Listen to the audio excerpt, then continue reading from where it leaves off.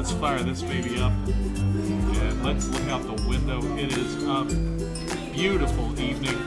Downtown Johnson City. Look at that. That looks like someplace I want to go right there. It looks like a much bigger city than it is if you look at it like that. Massive windows, probably for one of the last stops. Yeah, if we were down like one more table, you could see the end of downtown. That's right. That's why we didn't sit there. That's it. That's the whole thing. You get it all. Well, it's a little bit dark on our side. It's a little spooky, kids. Here we go. All right. There we Plenty go. of room. We're in there. We're all just good old friends. You're very small. Tiny. Bailey's the star of the show, so she always gets stop billing. I and know, I the best feel camera. like Chicago, like when she's singing Roxy, and y'all are about to lift me up in the air. Spirit fingers.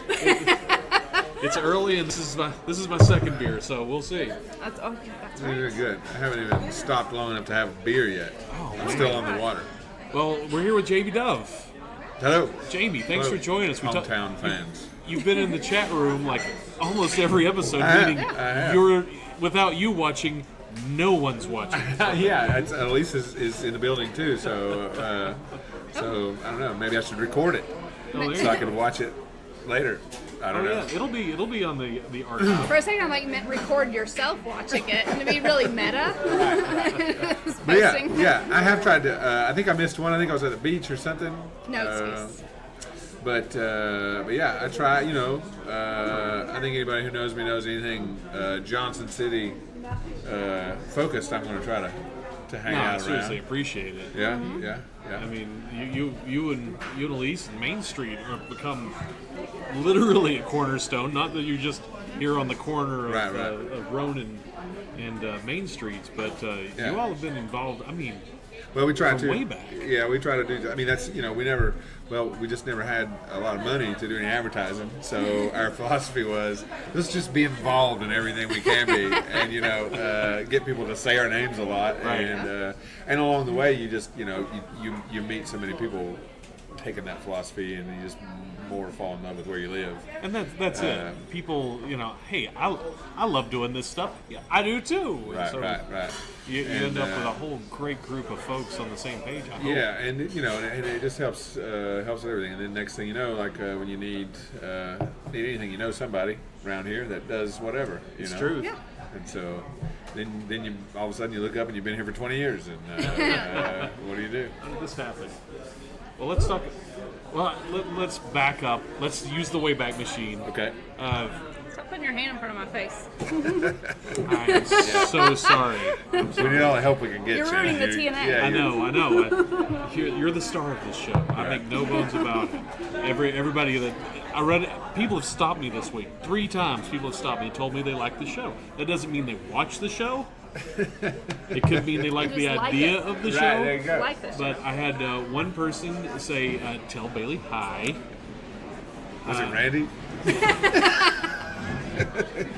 No. It would have been a much longer message. Yeah. If it was- No, he's known for he's concise. True. That's true. Because me and Billy hung out the other night for a little while and decided to do a little people watching. So we stopped and had a little pale moonlight. And Randy gave us quite the show the other night, and so he's an official fan of Bailey. As well. That's great. Yeah. More fans. That's what you need. Fans.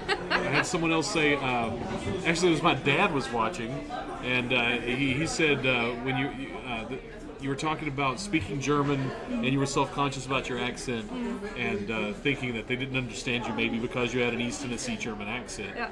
But he said maybe you had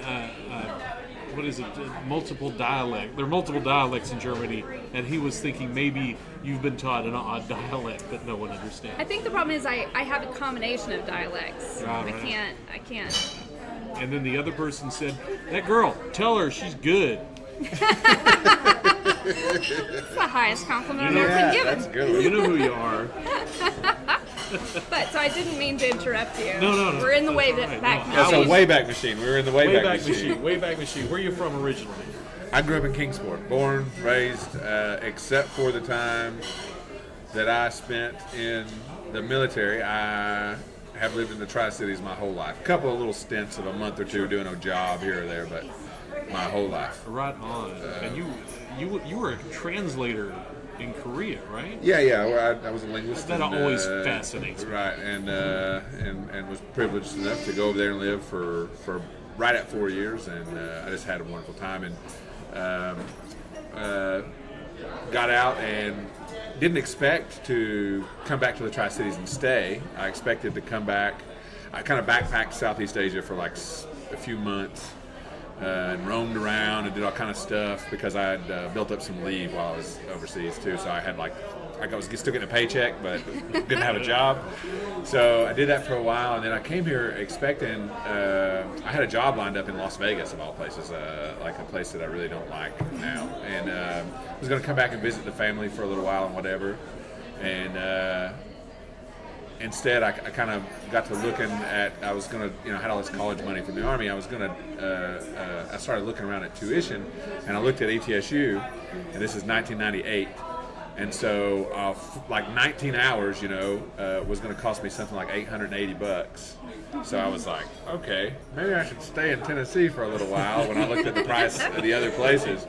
And then from there, I mean, I don't know, I just didn't expect Johnson City to grab a hold of me like it did, but it did. And I kind of attribute it to several things, but one big one, I think, is the tree streets.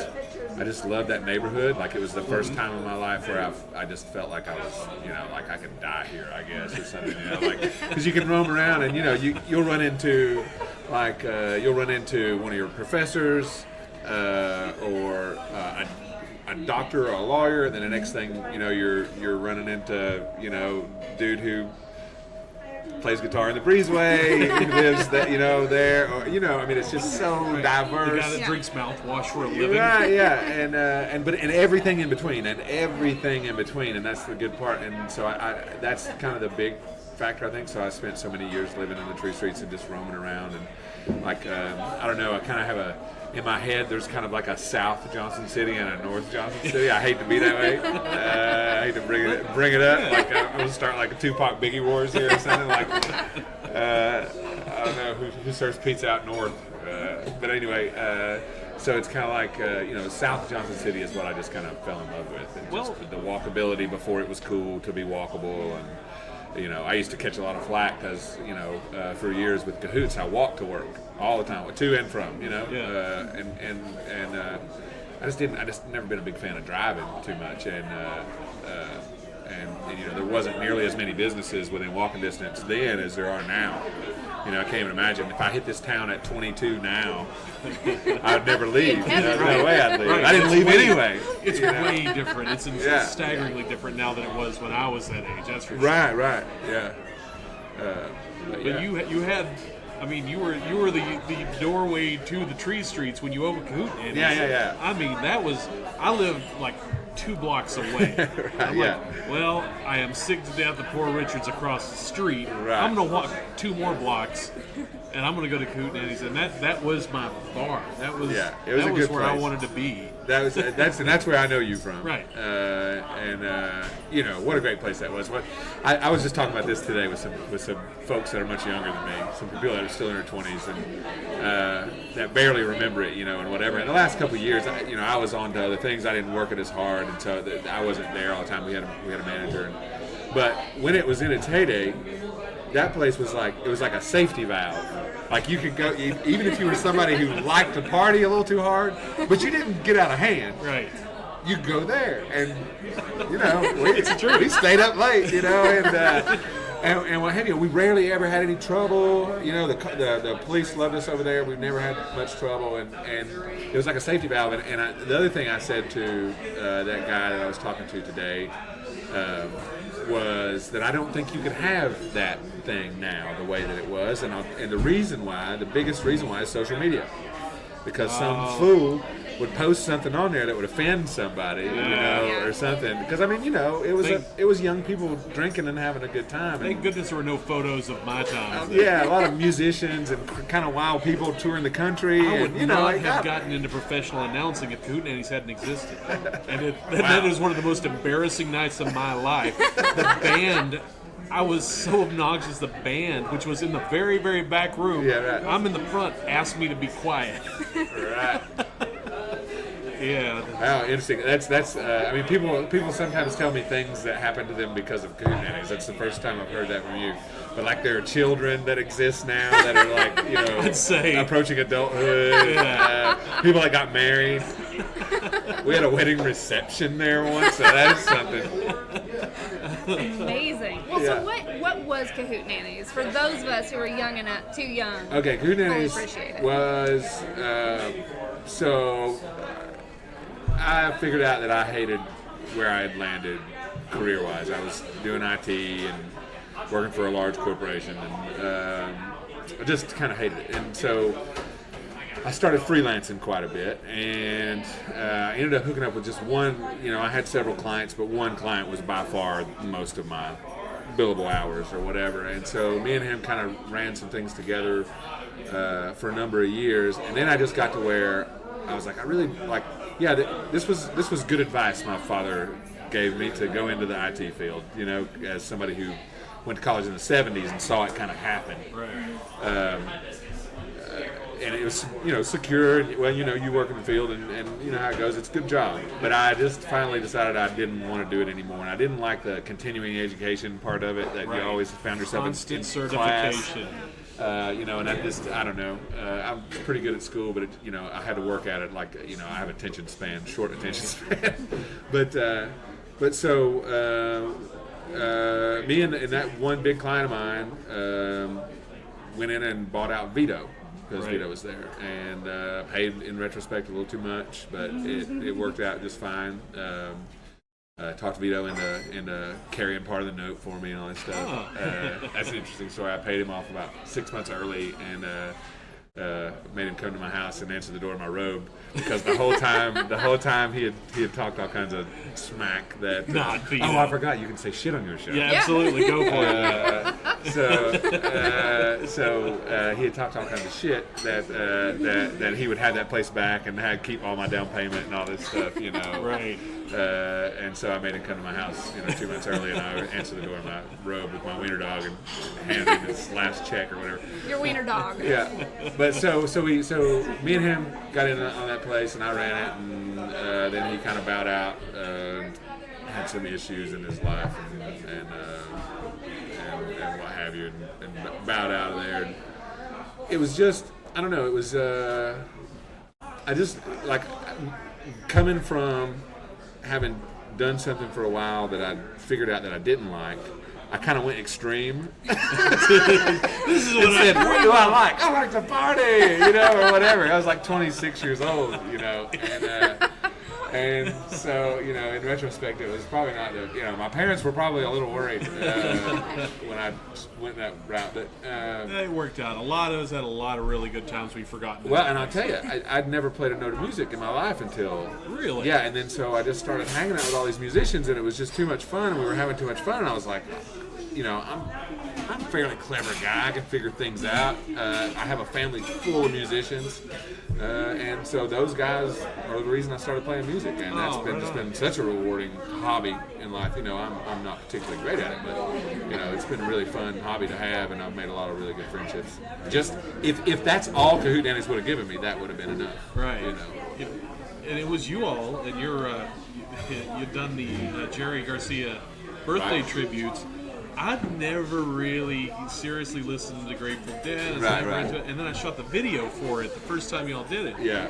I was like, Which that are sounds terribly fun. embarrassing now. If I look back. We really were. We were all in different places. Then we were all in our 20s, Right. or maybe pushing 30, and we just didn't jive like we do now. And it's interesting to go back and watch those. But yeah, that's. But you all sold me. It changed my take Yeah. on the music, and to this day, I'm never going to be the passionate fan, but I love listening to that stuff because it reminds me of these times. Right. You all were having such a great time. Yeah, I think the one we just did a couple weeks ago, Saturday of Little Chicago, was the best one we've done. I really do believe that. It gets better every year. We've got a guy, Tall Paul Leach, not the Tall Paul from down Knoxville way, but the Tall Paul from down Asheville way. Right. You see, I think that the country is speckled with guitar playing Tall Pauls, to be honest with you, is what I always do the one in Knoxville. I have a theory.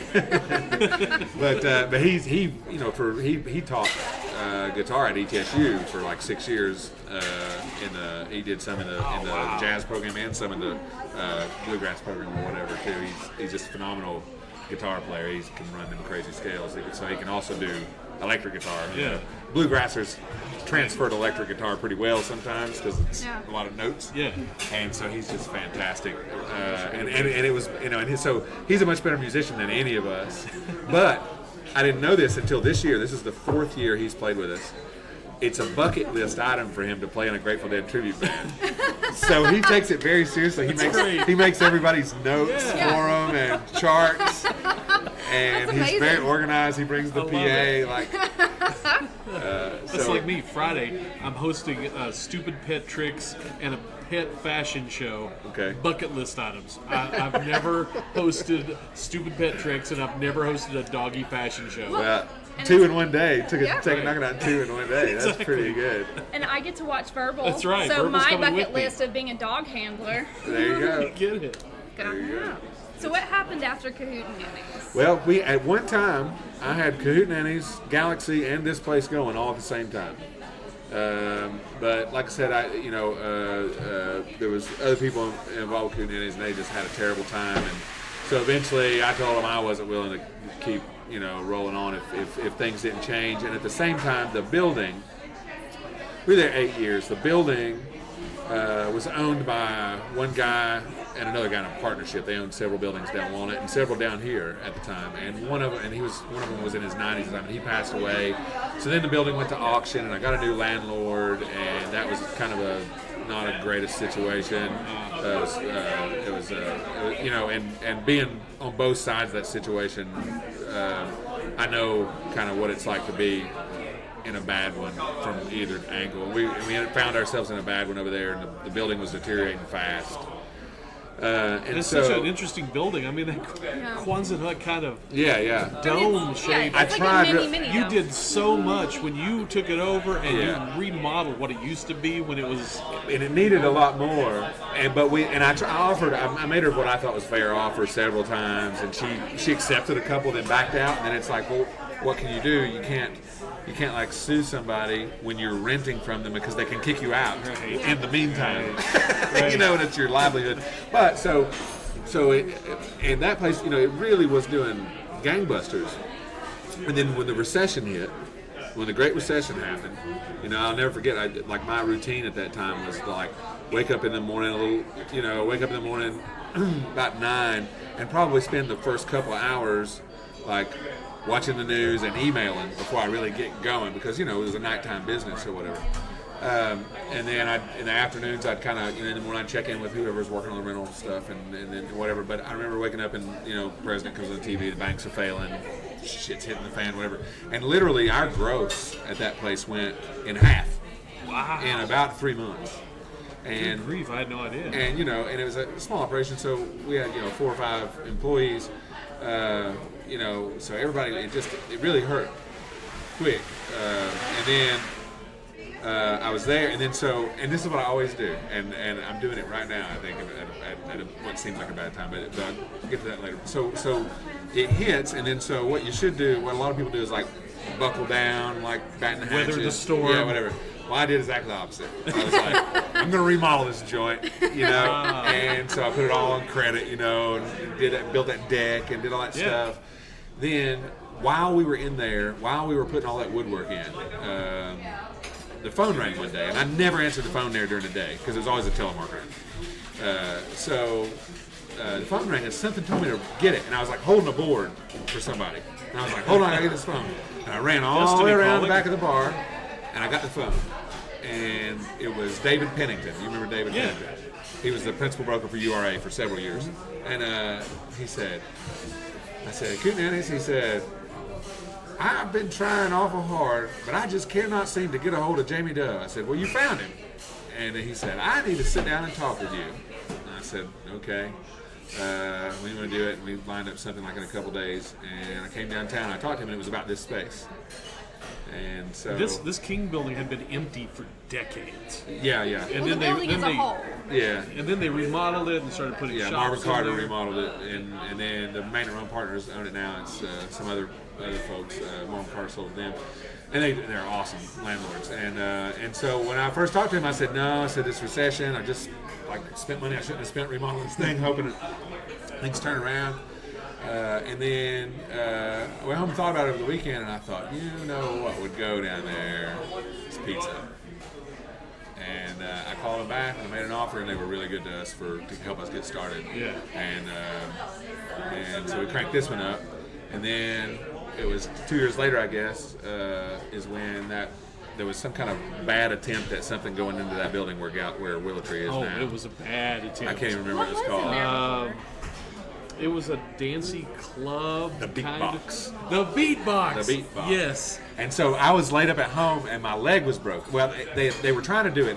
It took them months to do nothing. Right. And I've been watching, and I was always like, man, this building. If I had this building, It's been like a vinyl place for a long time. A friend of mine worked there. And for a years. place that stretched canvases. That's right. For That's many what it years too. It was two places. Yeah.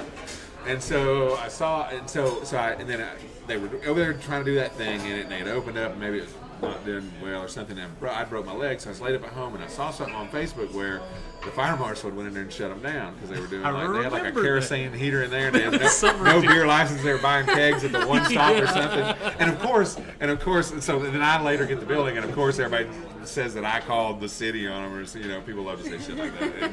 And, no, if you have a kerosene heater and you buy kegs from one stop and you throw a party, you're probably regularly they're going to come see you. Yeah. They're going to come see you. But anyway, so I saw that had happened, and the fire marshal had shut them down, and I called David Pennington, and I said, he was still working for URA at the time. I said, who owns that building? He told me who was, and I said, I want that building. And so the first time I left my house with my broken leg was to meet them with Barbie, who was my partner on Galaxy. I remember Barbie. And we met him, and I talked him into renting it to me for like half of what they'd been renting it, because that guy had really screwed him over and drug it out for months. His deal was he didn't have to pay rent till he got it open, and he had drug it out for like forever. Right. So he's just trying to recoup something out of it. Yeah, so we got that one up and running, and our idea was that And we Main would Street was going Yeah, at this point. and Cahoots. It had already opened. Oh, that's right. Yeah, so we got two. So we go there, and so the idea was Barbie had done some work for a booking agent before, so she had a lot of contacts. She's now married to a guy who's a founding member of Dopapod and has run lights for huge bands and whatever. He's a really good guitar player in his own right, and blah blah blah. But he's a light guy now. He loves the lights. But anyway, so she had a lot of music business contacts. So our idea was that she'd book it on the weekends, and we'd throw shows in there, and then we would cater there through the week for business luncheons and stuff like that, or something was how we would figure out how to make money. You attracted some good bands, some good shows. We had a lot of good shows in there. Yeah. And then Barbie got promoted, and then so at that point I had all three going, and it was a little crazy. And then once we had all three going, and Cahoots never just. After the recession, I always paid a manager to be there instead of me being there, and it just never really caught back the way that it did. And by the time you paid the manager, there wasn't really a whole lot left. And so it's a lot of liability to roll with, to not be making anything on giving it all to a manager. So we eventually just made the decision. There were some other people, like I said, had been involved from years earlier that, whatever. So we made the decision just to finish it. I believe that was 2011. So for like a year and a half, all three of them were going at the same time. I remember. I never saw you or Elise during that time. I'll tell you what, the Blue Plums that we did during that time is the only time ever, but you had to combine. Oh, that's right. But it really did count as combined, because what we did to serve alcohol down there was we had a catering license from here. Yeah. And so what we sold more kegs than Newman's at Blue Plum. The only time that's ever happened, it's the only time that's ever happened. Like Dan Newman was pissed off. That was the year I was at the stage out here during that Blue Plum, and you guys were giving away pizzas. Right. That alone had the whole street filled up. People just wanting me to do a stupid human trick to earn a pizza. Yeah, I'd like to know the figure of how many pizzas I've given away.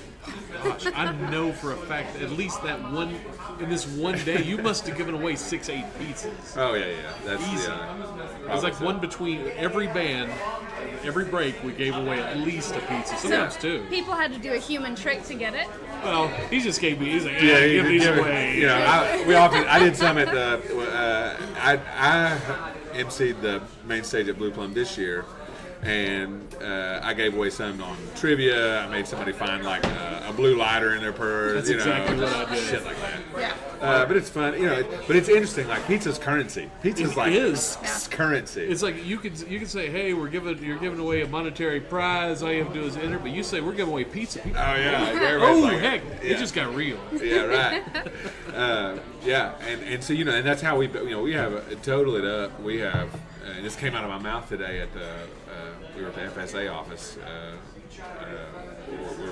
We're trying to buy this other farm, and so I was going through how our CSA system works and all that stuff, and what was I saying? I lost what we were saying there. What was I talking about? Oh, we were talking about free pizzas. Oh, right. So, this came out of my mouth. I was talking to the FSA guy today, and it surprised me. But we have something totaled up like 35,000 social media followers or something. Yeah. You know what I mean? And we don't I am not a professional at that. We just use Facebook, and that's it. We don't have Twitter, Instagram. You have the magic pizza giveaways. Right, and that's how we did that. Is exactly with giving away pizzas. You can I did it one time about a year ago or something. Look back, like way back at the Main Street Pizza Facebook page. Taxes the memory in your computer or something terrible. And it's really funny, some of the stuff that I did to give away pizzas. I won one in the early days. I won one, and I was like, oh crap, I'm out of town all week. I raced back to town at like the deadline because you only have 1 week to. Yeah, we just have deadlines on it. I would race back into town, and I'm skidding in here going, I need my free pizza. Right. The good thing is we were open till 5 a.m. Yeah. back then, though, Exactly. so you could, it wasn't hard. It was the middle of the night, and I got so my think pizza. of that. I had all three of those joints going. This one was open till 5. Galaxy would go till 4 sometimes, and Cahootenanny's, hell, it didn't get started till 2. Exactly. I would go there early around 10 to avoid the crowds. Right. Yeah, I remember I used to drink here every Friday in college for 2 solid straight years because you always have the best bartenders here. Right. And I remember, and I never knew what I wanted, but you always had bartenders who would just be like, Try this. I will make you something really good. That's true. I was a guinea pig many times. Yeah. But so, Go right ahead. so you mentioned Blue Plum, and I know now you're involved in Little Chicago because you all are members of the Merchants, Stone Right. City Merchants. I would consider myself a co-founder of Little Chicago, That's- is what I would say. Sure.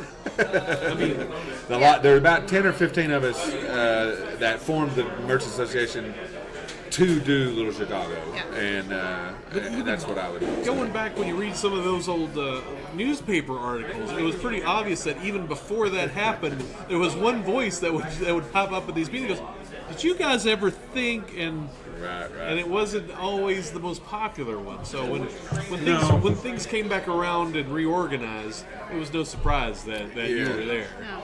Yeah. I mean, I'm not an unreasonable person, and And it was always reasonable. It was never just. It was always like, let's use a little common sense. is what I remember. and we all ought to be on each other's team. Absolutely. Absolutely. But you gotta throw it. I mean, we sponsored Blue Plum this year. We sponsored Little Chicago this year. But we sponsor everything. We sponsored Zine Fest and anything anybody asks for. Typically, we try to do a little something. Whether it be food or. Yeah, you even, I think y'all sponsored Shakespeare in the Park last year, too. We did, yeah. Anything local and that, because it's the people who make the choice to work for themselves, even though it has statistically gotten harder and harder every day, every week, every year, as we've become more and more of a corporatocracy or whatever. At this point, it's so hard that they're typically just kind of salt of the earth people. They can be kind of eccentric and interesting, which I also am drawn to.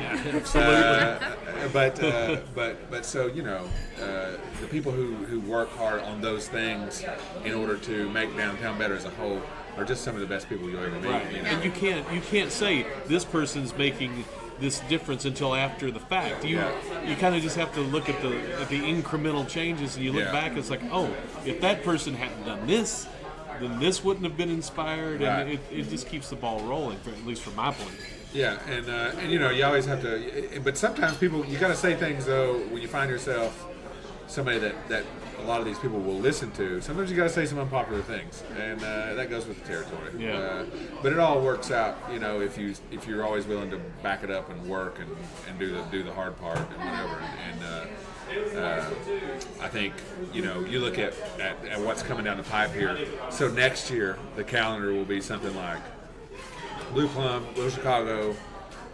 This year. Just this year. Think of this year. Blue Plum, Little Chicago, Umoja, this hot bikes thing that's coming up, not this coming weekend, but the next weekend. I totally forgot big about thing.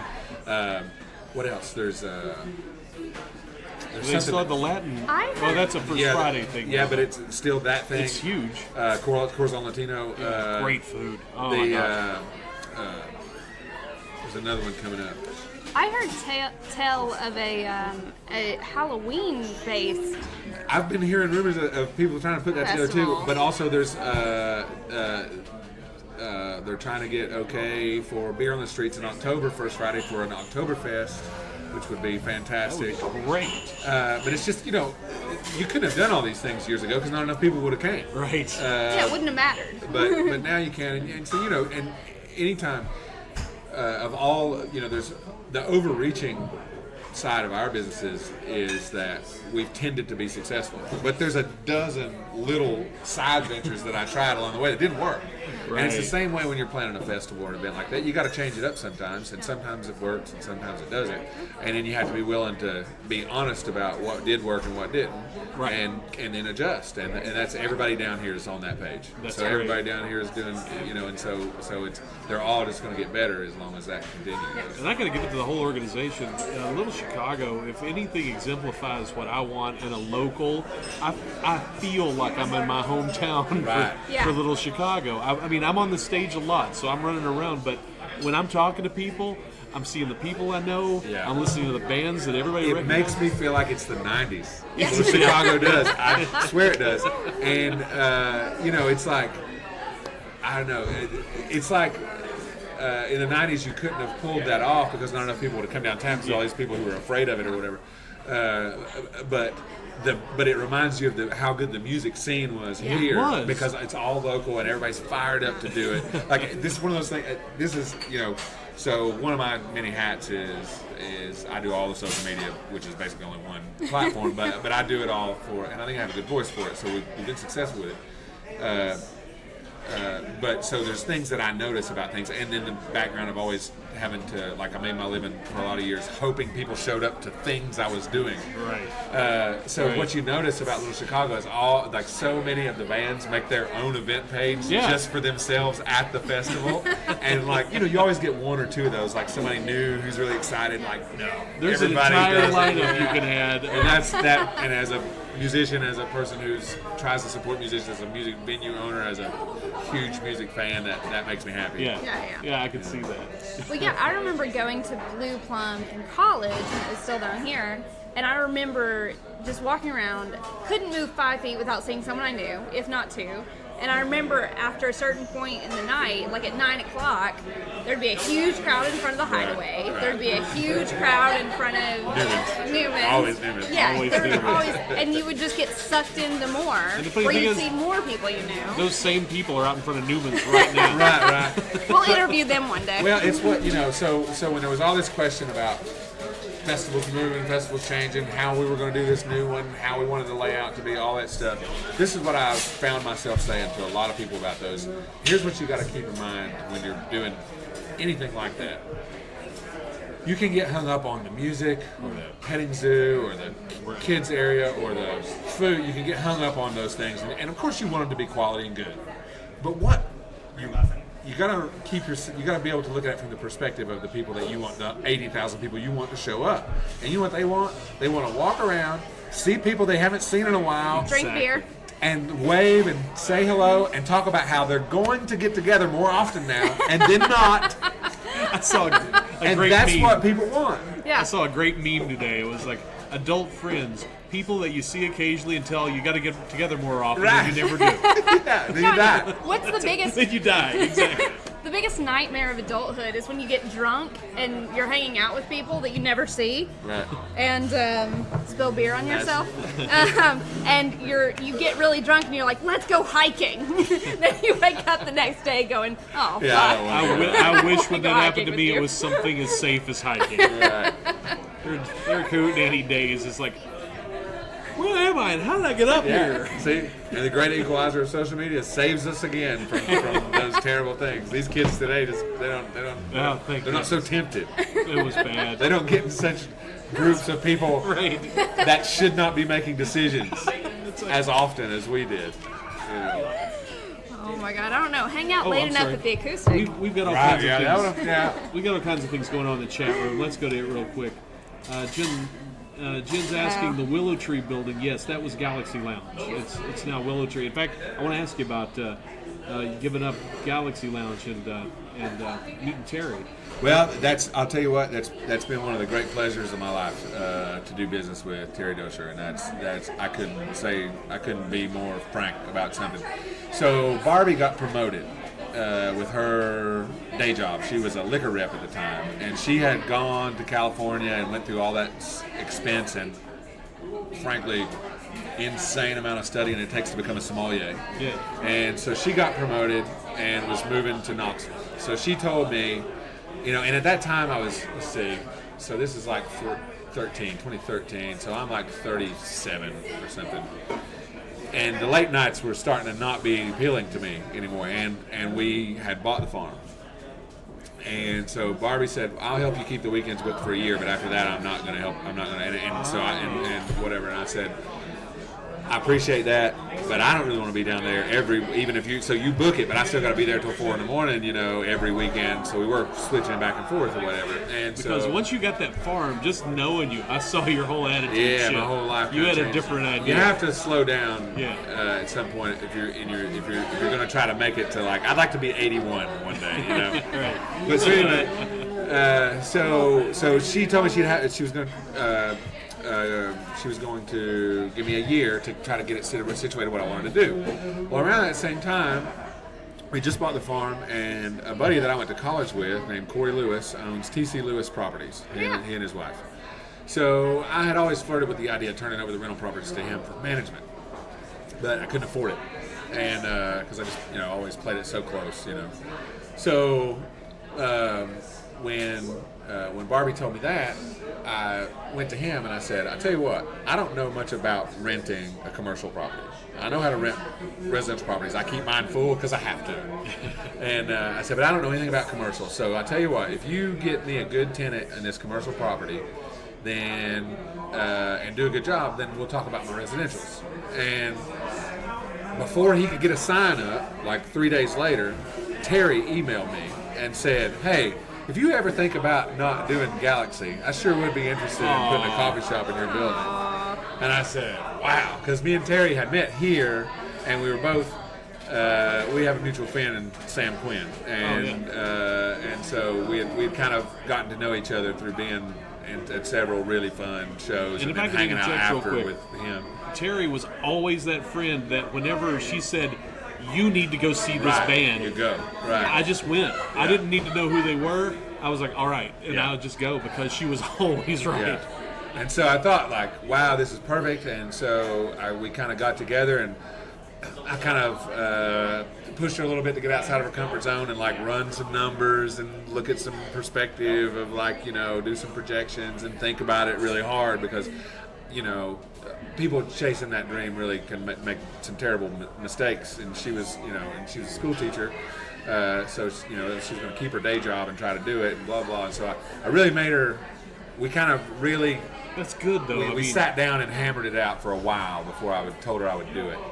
And then we got it worked out. And as soon as, so I was like, "And so you swear you're not going to quit your day job, And she's like, "No." And then so she signed the lease, and then she quit her day job. immediately before they even opened this hour. Right. Oh yeah, they didn't open for and then so I was like, "Oh Lord, here we go," So I put her in there for the first year, pretty cheap, and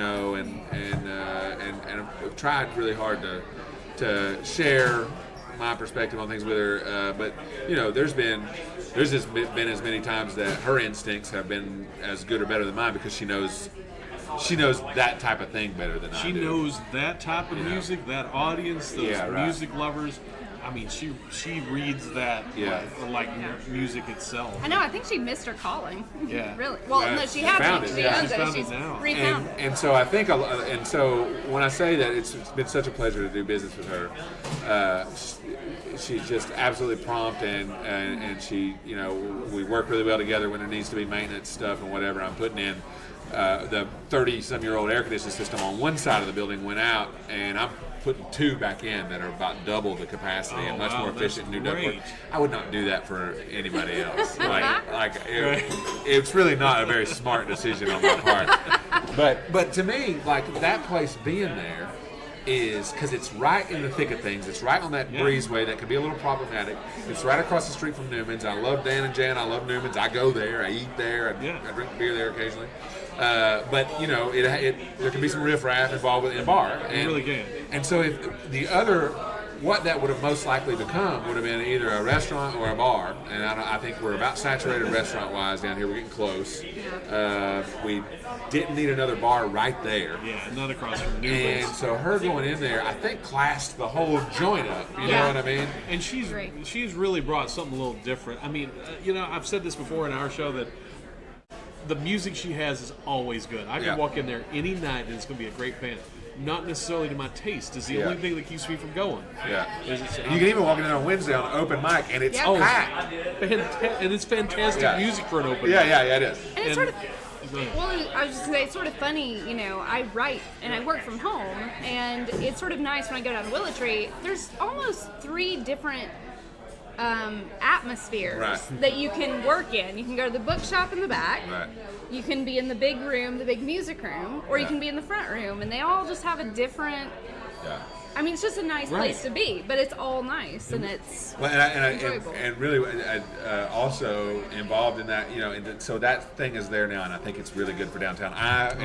I'm fond of calling it the crown jewel of downtown Johnson City because that's what I really believe about it. Yeah. But also, I have to give a shout out. So we were renting it for a while, me and Barbie, and then I wanted to do something. I wanted to make it better, but you can't really spend a lot of money on a building that you rent or whatever. So I have to give a shout out to also the owners of the Natural Food Market, John Hart and Patsy Meredith, who started the Natural Food Market there and moved it to North Johnson City. That was one of our comments in the 90s. They were fantastic. They sold me that building. I held the whole note. They've just been great to work with. So they still have a stake in a certain way. That's cool. A mortgage. Right. And so they were just wonderful to me. And so that allowed me to pass along to Terry, and she's just the best. Yeah. Ross Potts says, I won Main Street Pizza at Blue Plum. It made volunteering worth it. Well, there you go. Thank you. That was a funny thing. I was in the back room for one of the Blue Plums, and the Main Street Pizza would arrive to feed the volunteers, and it was like a feeding frenzy. Those people were ready for some pizza. Yeah, who doesn't love pizza when you've been doing stuff you don't want to do? All day. Oh, sorry, the camera's been bouncing a bit. Well, I think we were hitting it. Yeah. Sorry. It's all so let's talk Johnson. So this is interesting. This table from the Honor. No. Yeah. This table from the Honor. I probably sat at this table. And in fact, I saw Dr. Ron Larkin in Sabores today, who owned that building before the church bought it. And so it was just in there, and I guess they left a bunch of stuff from, what was it, Picasso's had been the last thing. Yeah. And so when we opened this place, I think I met Everett. When we opened this place, I called him because I met him with Ted Smith. You remember Ted Smith on the Nashville Sound? Good buddy of mine, cowboy hat. He's a funny guy. So me and him had tried to lease that building from Dr. Larkin, and we were going to make a place called the Tree Streets Tap Room, I think it was going to be called.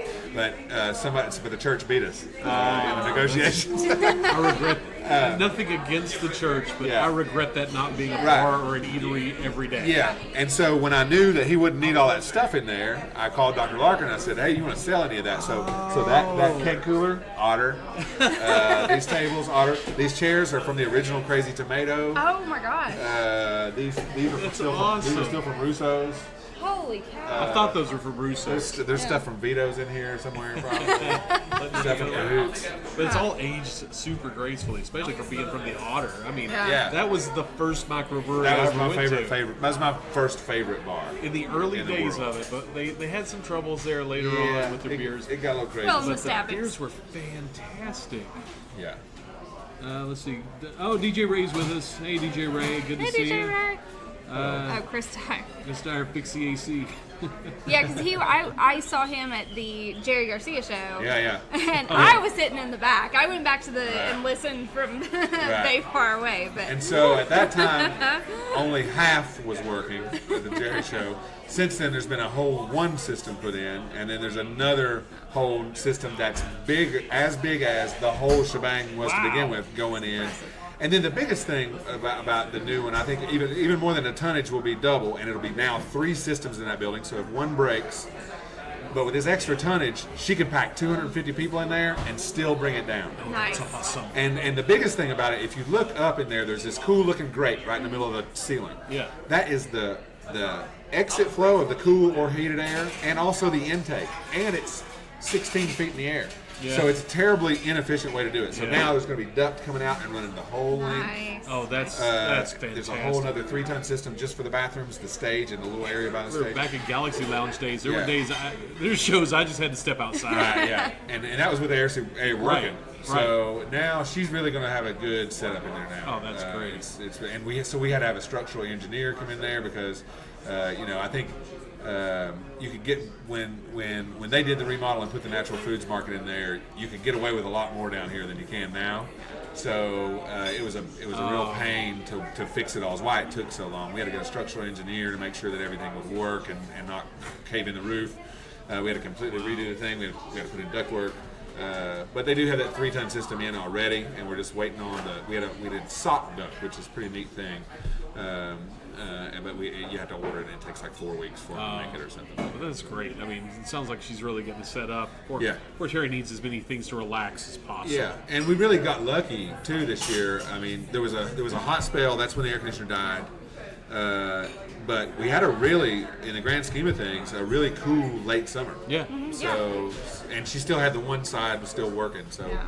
So she was able to keep rolling with it, and she's very patient. I mean, She's a trooper. You just can't make that stuff happen any faster than you can. Sell more beer. It's hot. That's Right, right. right. Drink some beer to cool Fresh down. beer. So let's move on to so the Cahootenannies had closed. Galaxy Lounge had let go. You were down to Main Street Pizza Company, but now you've moved on to the farm. And then we started the farm at And the same that's time. Yeah. one of the best decisions, if you ask me, that you could have made. And well, you've both been there. You know what a wonderful little spot that is. Absolutely. But coming up, and this is what we're talking about today. Me and Elise, we're at the FSA office today. We should close in like 40, 45 days or something. But we bought a much bigger farm right there on the river. Upriver from us. You can literally get in a kayak and float from there to our current farm in like, I don't know, 10 minutes. Oh, Which we that's will awesome. do. So I consider them one contiguous property. They are joined by the river. Right. I don't have to get in a car. You and the otters. Right. And so with that, we bought a really small place, and because we didn't know what we were doing. I grew up doing some things. That's about it. Right. But I think we've gotten pretty good at it now, and so this next one is not in a floodplain. Actually, and it's a neat place. So out of the 41 acres, 10 acres of it are leased currently by Scott's, and they grow strawberries and then green beans there. So I talked with Steve Scott yesterday about we'll let them continue to do that for at least a while. And it's the 10 acres of it is just that they use as just a tip of like, I don't know, a couple hundred acres. You of give us strawberries. 20% of that, we'll let you stay a little while. Well, so he asked me. He said, we talked for a while, and he was a super nice guy because I got to get some paperwork for the loan and everything. They got to see that it's a thing. So I was talking to him. I said, let's just continue doing it for a while. We got plenty of other space. It'll take us years to before. And he was a really nice guy. And he said, well, we've been paying X or whatever. I said, that's fine. I mean, we want to talk about it right now. Let's do that for a year, see if we can like each other. Yeah. He said, I can tell already I'm going to like you. So I tell you what I am going to do, though. When that stuff comes in, I'm going to be like, hey, I got 75 CSA packages this week. They sure would like some strawberries. We'll pick them. Oh, Because I mean, it's like 200 acres. Yeah. So I bet you our CSA customers will be getting some wonderful Scott's strawberries and Scott's green beans. That's fantastic. For a really nice price. Those boxes are just amazing. I mean, you guys grow just some fantastic stuff, and Well, a lot of people around here do, and it's River Creek Farm. yeah, and probably 40% of it we get from other small local growers. Sherry Cooper runs a program over there at the Alternative High School where they garden a bunch and they go all summer, and she also hustles between 45 other small market gardeners. Can you imagine the cat herding that goes on with that? Because vegetables are finicky, and you got only like a day. You got to get them where they're going. If anybody can do it, Sherry can do it. I've known her since we were kids. Yeah, it's really wild. I tell people, you got to watch out around Washington County. If you got 6 square feet of grass, she'll plant something in it. It's the truth. My goodness.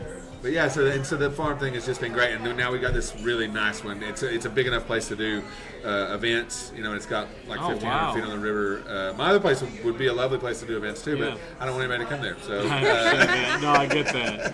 it's too small. There's not a good way to deal with cars there. Yeah. But this one is much different than that. So I think we're going to do 4 or 5 events a year That's out awesome. there. What percentage of the produce that comes in here to Main Street Pizza is from the farm? From our farm, Yeah. not much. Yeah. I mean, we go. You I was just curious. can't get tomatoes in January or whatever. But if you go, but local, it's probably 50%. Oh, right on. 60%. I mean, local's great. But we grow. When you grow, we only have 5 acres and we're growing for the CSA. We just dedicate a lot of our space to the variety. Because people don't want a whole box of one thing, or whatever. Here's a ton of cabbage. So a lot of it doesn't make it to the restaurant from our current room, but that's and it's one of the things I got to get projections together on for this FSA program. That's going to allow us to get this farm.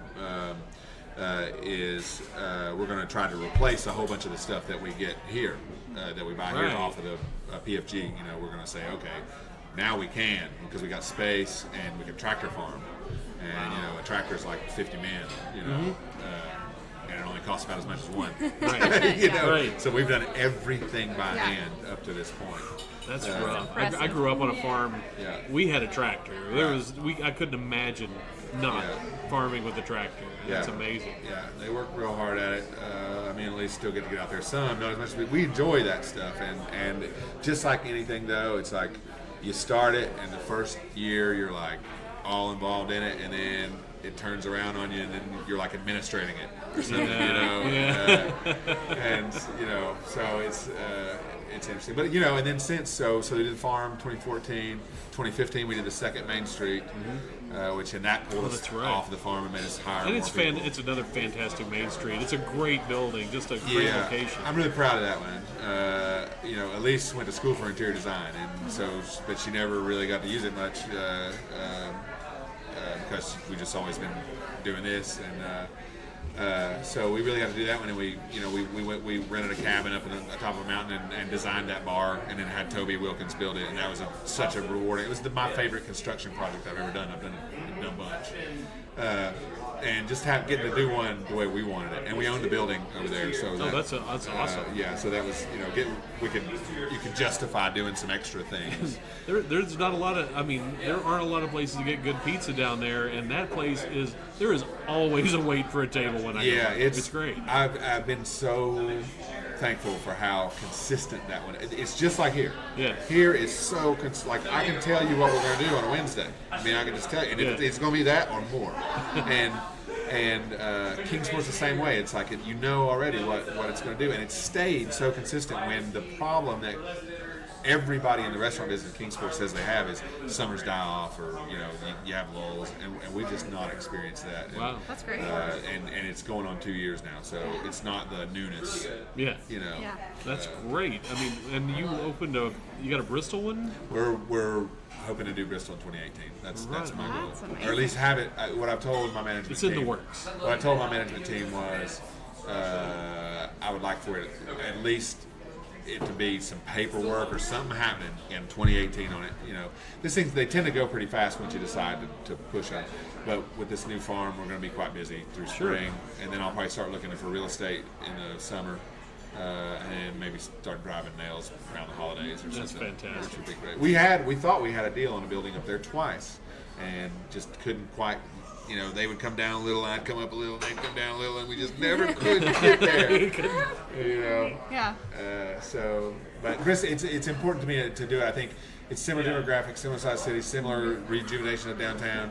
And my dad taught school in Bristol city schools for like 35 years, and and lived on Edgemont Avenue, which is now Martin Luther King, I think.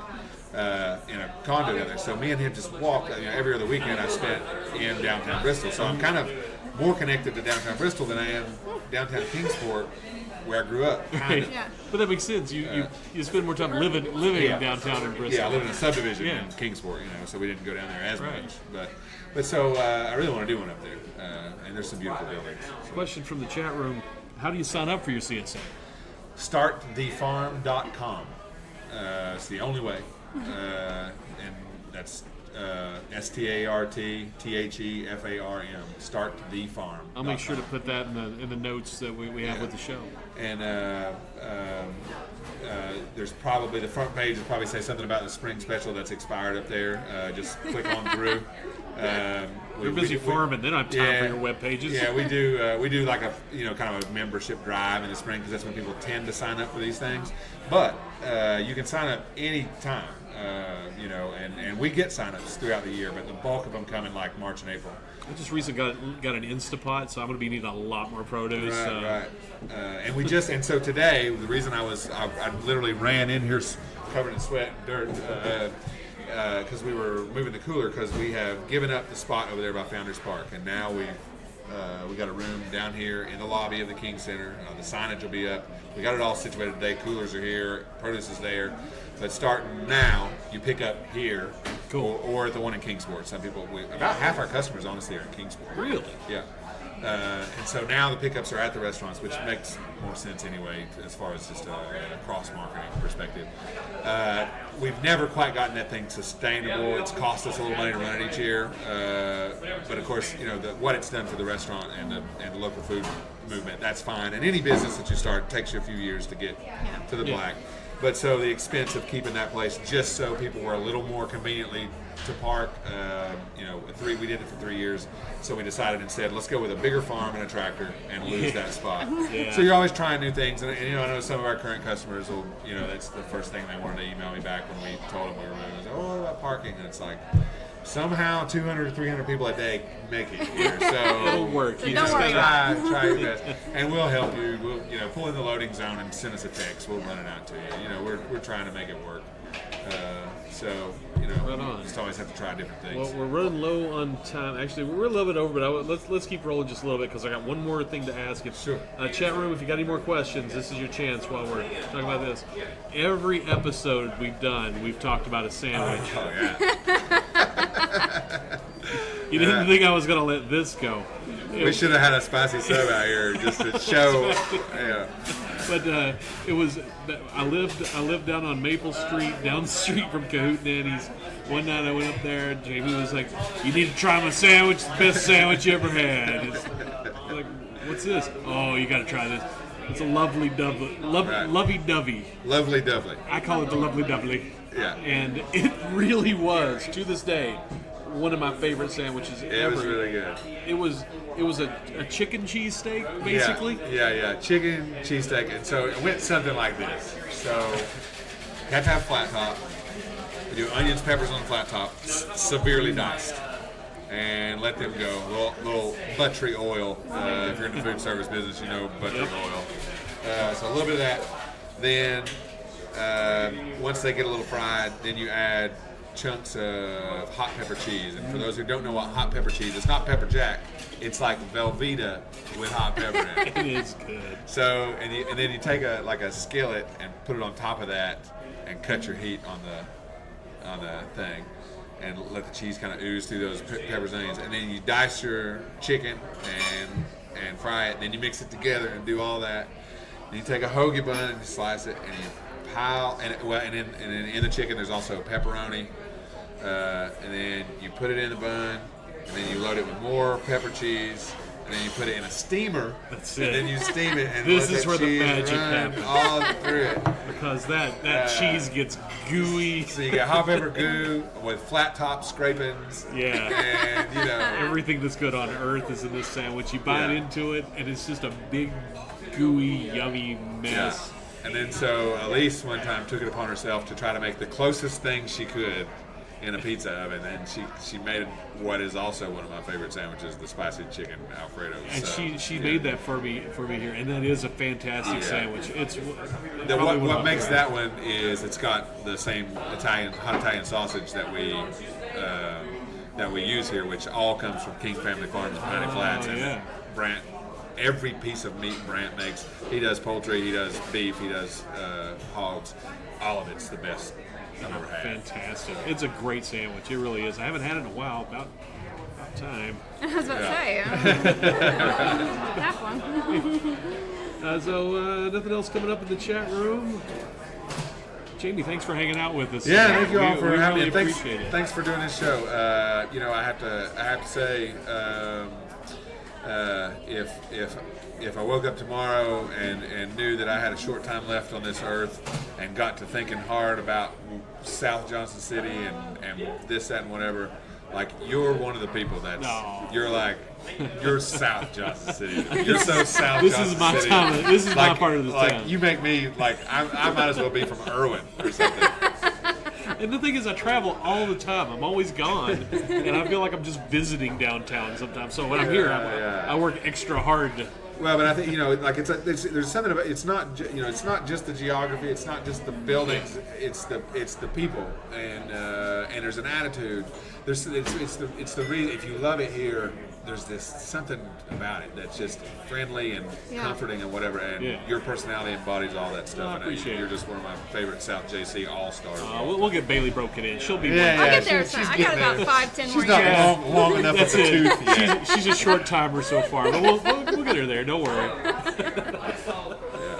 Thank you for having me, and thanks for bringing it down here to the main show. No, absolutely. I'm glad we got the internet working. I was a little stressed through part of the day today. Yeah. Well, and you guys made me get something done that I've been putting off for like weeks. Like I got an awesome new router today because it was like, well, working. You hear that, today's folks? the day. Wi-Fi Today's the day. here at Main Street Pizza Yeah, it's much is better than it. much better. Right on.